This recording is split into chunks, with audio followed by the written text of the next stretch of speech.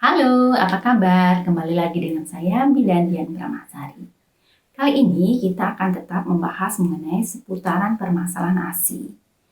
Permasalahan ASI adalah hal yang kerap terjadi dan dialami oleh ibu yang baru saja melahirkan.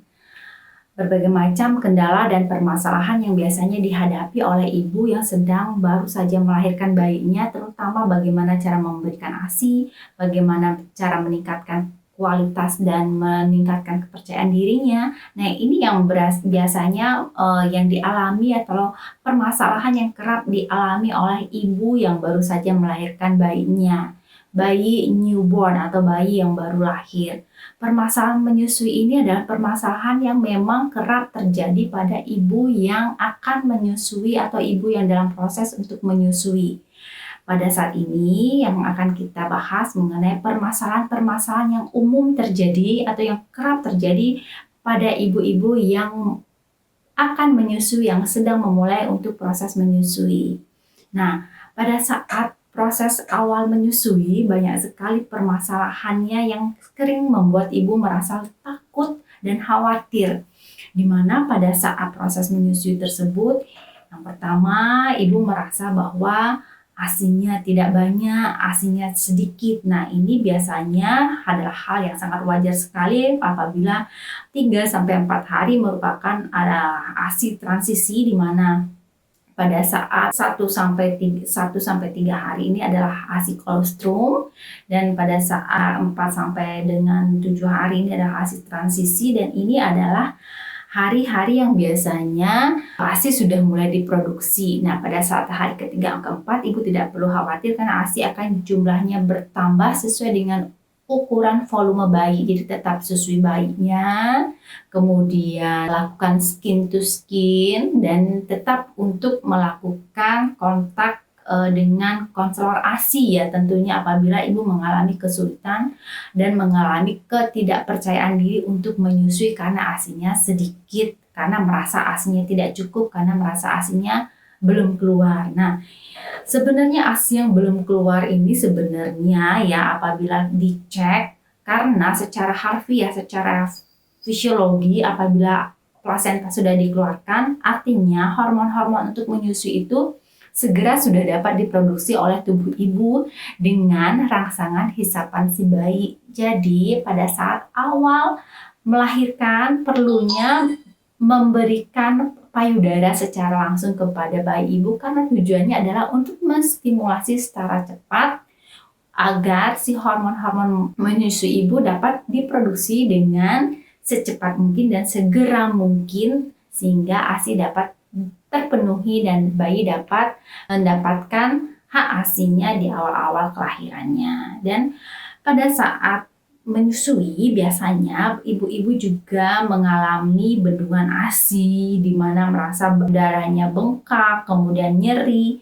kemudian tegang payudaranya, kemudian payudaranya merasa nggak nyaman, ada kenaikan suhu tubuh. Sebenarnya ini adalah hal yang wajar yang dialami oleh ibu yang pasca melahirkan, yang pada saat proses menyusui, di mana 4-5 hari hal ini biasanya akan terjadi karena pelekatannya belum sempurna, kemudian posisi menyusuinya belum optimal, dan kemudian kemampuan bayi untuk menelan belum optimal, di mana ASI sudah dimulai diproduksi atau sudah terjadi namanya ASI transisi. Nah, ini biasanya diperlukan cara posisi menyusui, kemudian cara ibu bersikap, posisi ibu yang nyaman pada saat menyusui bagaimana. Nah, ini harus ibu pelajari dan ibu harus melakukannya sehingga enak posisinya, yang nyaman pada saat menyusui dan enak pada saat bayi untuk disusui. Nah,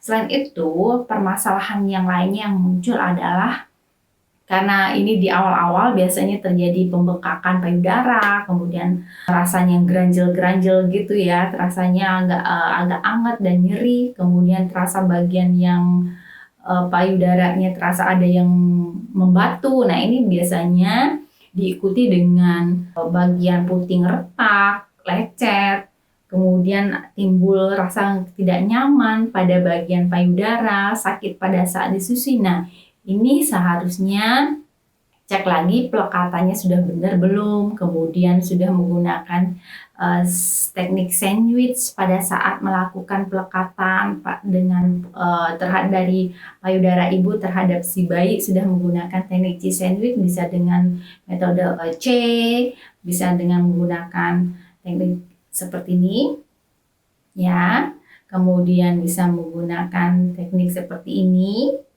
V, atau bisa dengan teknik U seperti ini ya.